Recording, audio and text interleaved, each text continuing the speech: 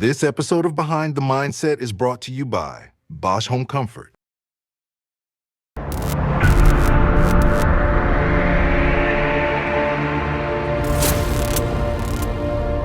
right.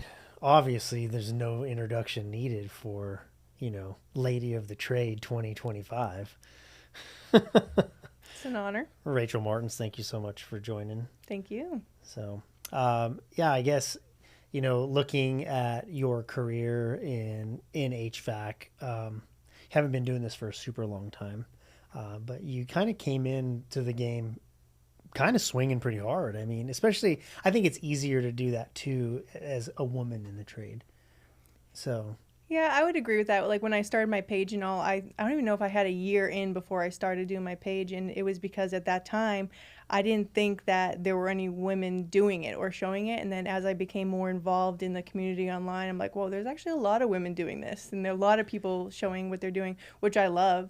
And I've met so many people who are doing it. But yeah, really the thing about starting it was that I wanted other people to see it because I never did. So I learned that there are a lot more than I thought there was. But I think in the future there'll be a whole lot more than there is now. yeah, there's a lot more women in the industry in Canada for sure than there are here, but which is cool. But yeah, there's definitely a lot of women here. They just are flying under the radar, and you really don't see them. You don't know very much about them. Every woman I've ever met in this business who's like on the sales side of things absolutely murders it. So whether that's a territory manager or whether that's a salesperson just selling to homeowners, even technicians. I mean, there's a handful of girls out there who are technicians that are just, selling from the field essentially, right? Yeah, I know. There's one local to me that was actually my neighbor. Like I pulled it into the house one day and my neighbor was having their maintenance done. And there was a lady out there. Like I ran across the yard. Like it's like the competition. It wasn't the company I worked for. It was a competition. But I'm like frolicking through the yard like, hey. I don't know. I posted a picture of her because I was that excited. But when you do see it, it's like a unicorn. Huh? Did she know who you were? No. Because she doesn't do the whole online thing. I encouraged her to. I was like, "What's your handle?" And I went and I found her. And that's funny. So I mean, let's talk about that for a second. What's it like being a woman in a male-dominated industry, right? From just the work aspect of it, right? Because you have to use your strength and your muscles, right? To like just the other day, I saw you posting you were rolling over a package unit or whatever. Yep. And Tim DeStasio was like, "Remind me never to look at your videos." Well, I have this thing going with Tim that like I'm afraid he's gonna do one of those videos where he like remixes it and makes fun of everything you do, and I'm just trying to avoid that at all costs. Yeah, he's pretty brutal for sure. Watch out, Tim. But it's funny. It's funny. Yeah. But yeah, when I first like started, even like still now, it's like being a woman, you're like a minority, right? And so it's kind of like working with like you have something to prove. And I've actually heard people say that they look for women to hire because women in this industry do work like that. They work like they have something to prove. And if men work like they have something to prove, their work quality would be better in a lot of cases. I don't know. I don't like to think that I have something to prove, but I think in my head, like I do. I think that's probably true, that I feel like I have something to prove. Yeah, it works. I think men and women are they're just so different. They approach problems differently. They problem solve differently. Not bad, right? It's just different. And sometimes a woman is going to be able to have a different approach to fix XYZ problem than a man would, Yeah. But yeah, I mean, looking at it from being a woman in this industry, you had mentioned something about earlier about like the bathroom situation in this industry is just really bad, right? It's like, yeah, it's one of the things you should consider if you're considering a job in the trades. Like, what is the bathroom situation, especially in residential? Because it gets weird. Like, I always think when we get to the house, like I feel out the vibe. I'm like, do these people seem like the kind of people I can ask to use their bathroom? Do I even want to use their bathroom? Like, it's a whole situation. Well, there've been some weird things. The upside to a homeowner you using their bathroom is you're not going to pee on their seat. Am I though? Maybe if I can't sit on it, there might be a little dribble. If it's, you know what I'm saying. You know what I'm saying. I hear you. If I can't sit down, I don't know what's going to happen. Yeah, I feel like I always had a policy like, if you can help it at all, don't ask a homeowner to use the restroom. Right. Yep. But every once in a while, man, you got to do it. I used to have a business partner one time he asked to use somebody's bathroom. He went in there and just absolutely murdered it. No, don't. No, and it was like, what were you thinking? I'm talking about number ones only. The alternative is he either had to leave to go use the restroom or he was going to do himself, right? Oh, if it's anything besides number one, I'm leaving. Like, there's no, I'm not even going to ask.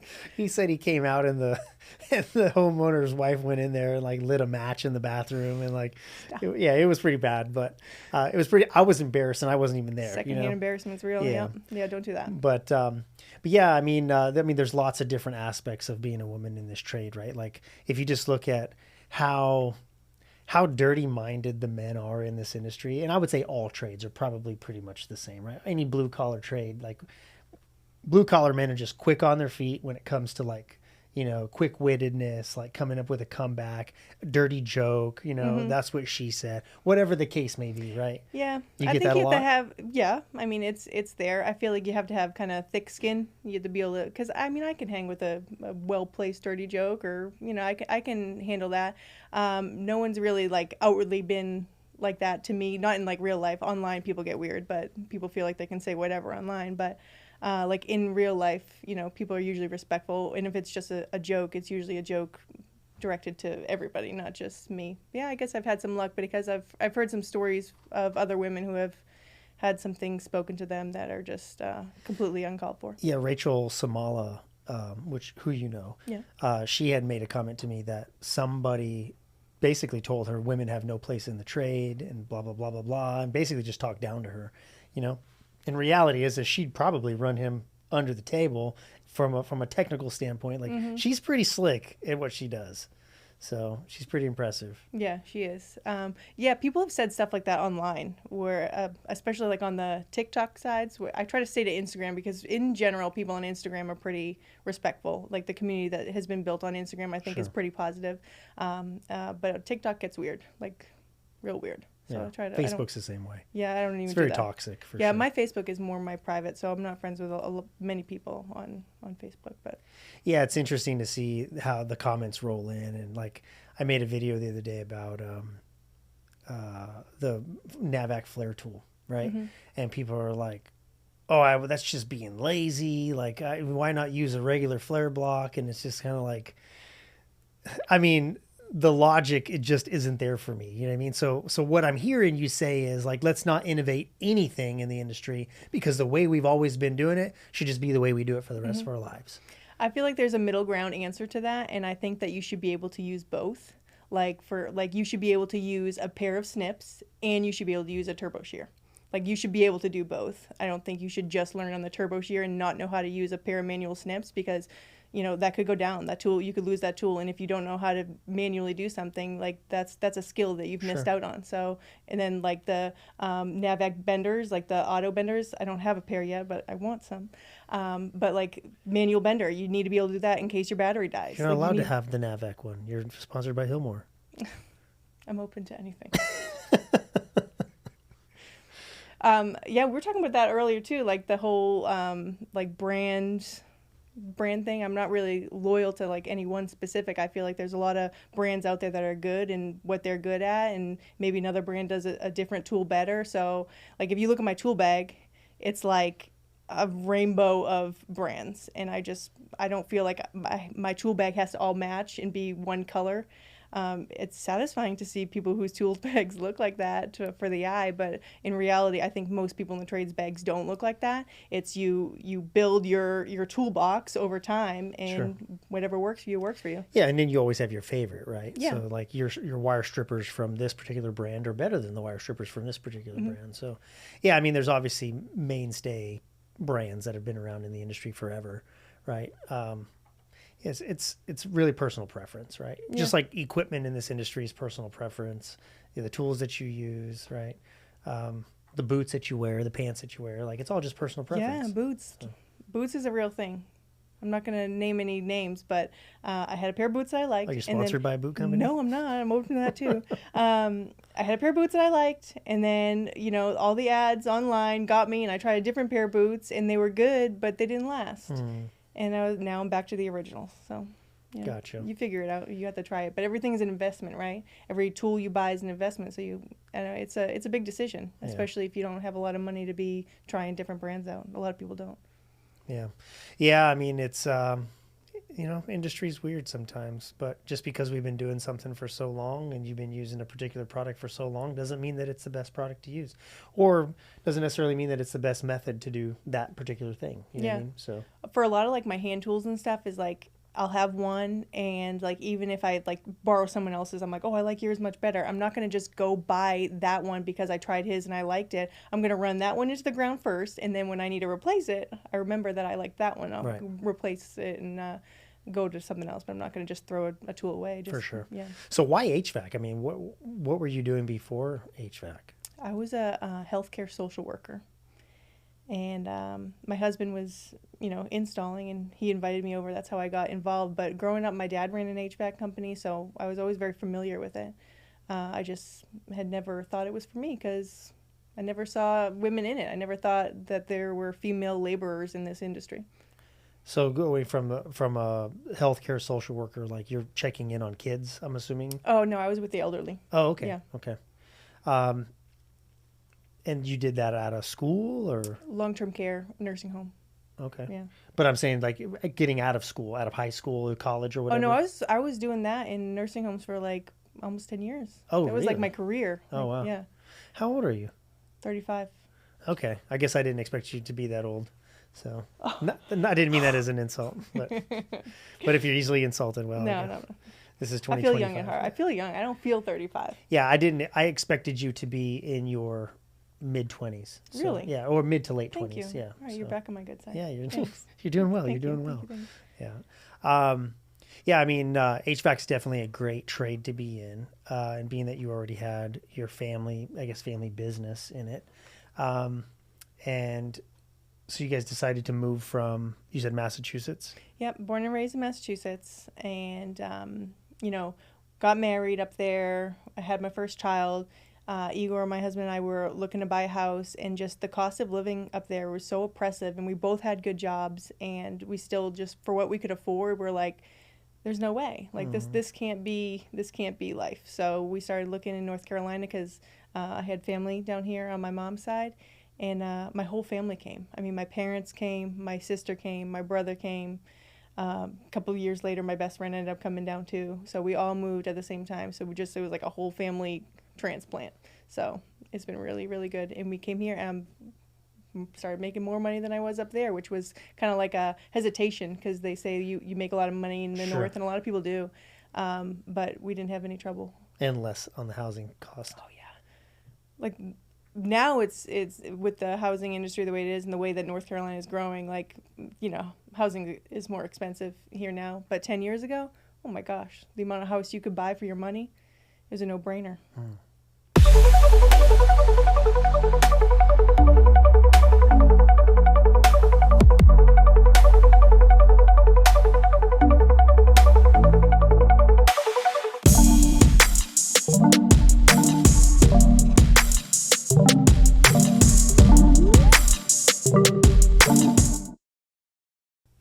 So what have you learned in this industry, not just from a woman's perspective, but like just personal growth wise? What has this industry taught you? That you can have basically anything, whatever you put in is what you'll get out of it. If you're going to go and you're going to kind of give 50%, 70%, then you're going to get 50%, 70% back. If you give 100% or more, I mean, it just pays you back 100-fold. Like, and since I started, like I said, I started with something to prove, and I feel like the fruits of that have paid off. So what does the future hold for you in the industry? Oh, God only knows.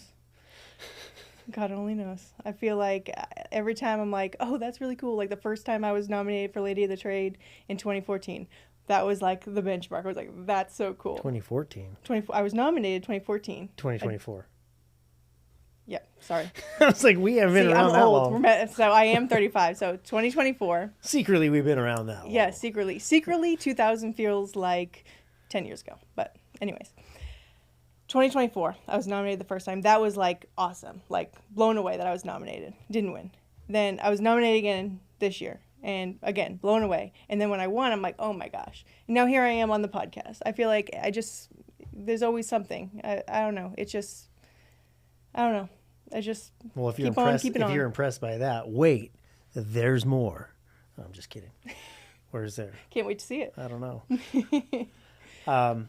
Yeah, I mean, I think you've made some pretty good moves. I think you've established yourself in the community, as kind of like a titan in the community, if you will. And I think a lot of that has to do with just your passion for the industry and the fact that you're a female in the industry. And I mean, there's not a lot of them that are known, if you will, right? And I think one thing I like to add, though, too, is like I feel like because I'm a female, like I get placed on this pedestal to represent all females. But I do like to make it a point that I'm not just for the females. Like I want to see men win, too. I am under no impression that this is ever going to be like a female-dominated trade. I believe it will always be male-dominated. So I don't shy away from just encouraging people in general rather than encouraging women, which I do, but I encourage people in general as a whole to join this trade and find their place in it, whatever role that may be. For sure. Nothing wrong with that at all. But I think definitely you've become kind of this role model, if you will, for a lot of younger women who are in the trade or maybe want to be in the trade. Yeah. So, and there's nothing wrong with that, right? So, no, not at all. I love it. And what do you do with that role model, right? Like that role model status. It's a lot of pressure. I try to give my best, and I do every day. I mean, there's hardships, there's struggles, there's things that don't always go your way. I don't want to give an unfair impression of the industry. Anyone getting in, you will struggle. There will be struggles. I struggle daily, like with just interactions, with management, with different things. The work itself is hard. Like if you're on the tools, you're working really hard. You're in the elements. You are hot and you are cold, and it's going to be really hard. And I'm not going to sugarcoat that, but it is worth it. Do you have plans to get out of the install side of things? Like, do you run service at all? Do you want to run service at all? I have so much interest in running service. Like I feel like that's a whole side of the industry that I haven't been able to learn yet, and I really want that. It's their hours, man. Like I don't want to be on call. I just want to do my install and go home. But I feel like there's a lot of knowledge that I'm lacking that I really should go that route at least for some period of time so I can learn more. I do want to do that. I learn a lot from the guys online. I watch all those videos, all those tutorial videos, or this is how we're going to diagnose that. Like, I am there for that. Like, I've learned a lot online. That's cool. Well, install, I think, gives you a really good basis of the different components within the system. Well, that's and true. What those components do. Yep. And then you can move to the troubleshooting side, right? Which kind of puts you in. And it really, in install, like, you have to troubleshoot stuff when you plug it in and it doesn't work. It doesn't always work. Yeah. So, yeah, I think there's definitely, install definitely kind of gives you that beginner's kind of, surface level of service, and then you just keep building on top of that. But yeah, actually, I to pat myself on the back, my neighbor called me like yesterday and was like, I'm having this issue. And I basically diagnosed it on the phone, and I diagnosed it right. I was really proud of myself. I'm like, look at this. I could do service. You're like, man, I got lucky. I got one win under my belt. I could do this. And you didn't have to go out after hours for that one. Right, yeah. So that's always a plus. So what's next? What are you just going back to work? I'm gonna keep working until I find my next. That kind of like as a rule in my life, I've never taken a leap unless I make a clear plan, and I try to be strategic about stuff. I try not to make emotional, rash decisions, but I do see a future in more than what I'm doing now. I don't know exactly what it's gonna look like yet, but I feel like big things are on the horizon. Very nice. Do you feel like did anything change for you after winning Lady of the Trade? I mean, I walk differently. Like my head held higher. Like my chin, I feel like it's extended more. I just like people have said there's a glow about me. Are you being serious? You're not being serious. Yeah, no, definitely being serious. I know, noticed it? I know when Gil won his award for Podcast of the Year, it kind of changed some things from a sponsor side. Yeah, I feel like I have gotten some attention with different people, and people have reached out and things like that. So yeah, I think you do get a little bit of spotlight, which is pretty cool. Yeah. Yeah. Very cool. Well, I've heard you mention several times. How are we doing on time? Huh? Okay. I've heard you mention a few times on just referencing faith and stuff like that. I don't think you've tried to hide it at all that, No. that you're a Christian, you're a believer. Mm-hmm. How does that affect your day-to-day Oh, it's work? everything. It's everything. You know why? Because man will always disappoint you. Like if you put your faith in man, you will always be disappointed. When you put your faith in God, you can't be disappointed because he's always faithful. And I've learned over time is like the more you're in the world, the more you're in the world, and worldly things will always disappoint and will bring troubles. But when you think on a level of, Christ is Lord and everything you do is to honor him and glorify him, it changes everything. Yeah. So when I go into an install and I'm mad because the price isn't right, I feel like it's too cheap, or I go in there and the conditions aren't exactly how I want them. If I look at it from my perspective, my worldly view, I'm going to be angry. I'm going to not want to be there. I'm going to whine about it all day. If I take a second, and I'm not perfect about this, so not every day is perfect, but if I take a second and I look at it like, if Jesus showed up in this room right now, how would I be acting differently? How would I respond differently to this? I mean, it changes everything. Imagine if he was in this room right now. What would we be talking about? Yep. Not HVAC. Probably not HVAC. No. No. No, I said something the other day to a couple guys, and I was like, you say that, but like, what if Jesus was standing right here, right now? Would you still say that? He's like, well, that's just kind of like the trump card. Like, I'm like, okay, like, don't you think that you should have that kind of attitude kind of all the time? No, but imagine how differently everyone would behave if we all thought like that. Yeah. Yeah, it's interesting. I think, and people don't like when I say this, but I'm just bold about it, and I kind of don't care, so I'm just going to say it anyway. I think that we've kind of adopted this Americanized version of Christianity in today's society, right? Whereas we really don't have a real good idea of what it is to truly like follow him. You know what I'm saying? Right. And because when you truly follow him, like it changes all aspects of your life, right? Mm-hmm. Not just from your work, but from your day to day with your spouse, with your kids, like everything, And if you do end up having a relationship with the Lord, then it affects every aspect of your life, and it's noticeable by Mm-hmm. people around you. And if people aren't commenting and noticing that something's different, then that really should be the red flag of maybe I should reevaluate myself. You're not doing again. it right. Yeah, for sure. Yeah, it's interesting to say the least. And again, I don't want to come across as this like, oh, high and mighty. It's just not, right? But I think that you just have to have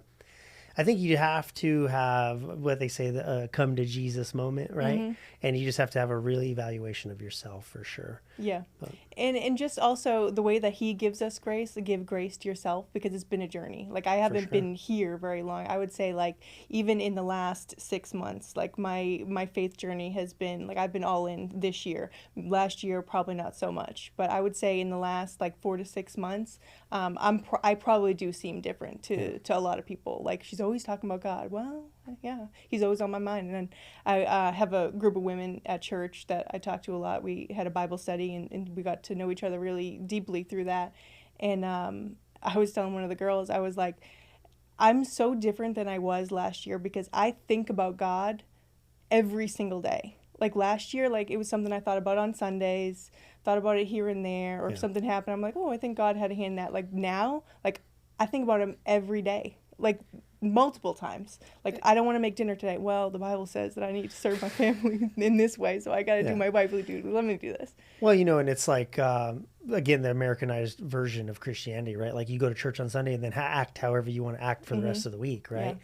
Go get drunk on the weekends and go hook up or do whatever you're going to do, and then just go back to church on Sunday and everything's good, right? Mm-hmm. And reality is, it's like, dude, that's not what the Lord wants for you at all, right? Mm-hmm. But through culture, we've just conditioned ourselves like this is acceptable, right? Mm-hmm. And God's sitting back going, this is not what I want for you. This is not acceptable. Right. You know? So, and you got to remember too that you know, you have consequences to your actions, and your consequences don't always just affect you. They affect people around you. Yeah. Right? And consequences aren't always immediate. So like we have like this instant gratification. Like if I do this good, then I should instantly be gratified for that. Well, the same thing doesn't work the other way. So when you do something bad, sometimes the consequences are delayed, but there will be consequences. For sure. Yeah. For sure. Yeah. I think too, you know, like from this whole podcast thing and the brand thing and like all this stuff that happens, it's like HVAC is cool. The industry is cool, right? No pun intended. Blue collar is cool. But really what it boils down to is like, it's about the people. Yeah. It always has been about the people and always will be about the people, Right. you know, and being able to have like these real conversations for me is really what it's all about. Like, it's cool to talk about HVAC or whatever, but like this is where the real rubber meets the road, right? Because this is the life-changing stuff. Right. These are the HVAC conversations is not we need to be life-changing. having. We need to be having these conversations with our coworkers. Yeah. So if you know there are guys out there who are believers, like you should be talking about this with your coworkers. For sure. You know, whatever. Talk about the game last night or whatever. Maybe segue into, do you know Jesus? But I will tell you. Here recently, we lost somebody on our install team. He was 34 years old and he died suddenly. And I just feel like so grateful that one of the last conversations we had, him and I, we talked about his faith. So I know he was saved, and like that conversation brings me a lot of peace. For sure. But just talk to people, you know, like get to know people you work with on that level, because you don't know what their family life is like. Yeah. You don't know if they have a lot of friends outside of work. Like maybe they don't. Like we need to be having these conversations with our coworkers, because you never know what somebody's going through behind the scenes. Yeah, I had a friend of mine who just lost one of his employees, car accident on the way to work. And he's like, man, I was just talking to this guy and this and that. And he's like, you could tell it really affected him. You It know? changes you. And Yeah. I told him, I was like, dude, those could have been your kids, right? Like, dude, you just never know, man. People who are important to you, take the time, tell them you love them. You know what I mean? Like, and it may sound dumb. It may sound like, oh, this is just so out of place. You know what I mean? But man, just hug those around you. Love them. Tell them that you love them. Tell them how you feel. You know what I mean? Take time to just spend with them and just talk to them, because you never know. Yep. So yeah, it sucks, but it's the life that we live. Yep. Tomorrow is not promised. That's it. That's it. Would you leave a bit of advice for anybody listening, whether that be in the trade, whether that be personal? If you could leave that advice, what would that be?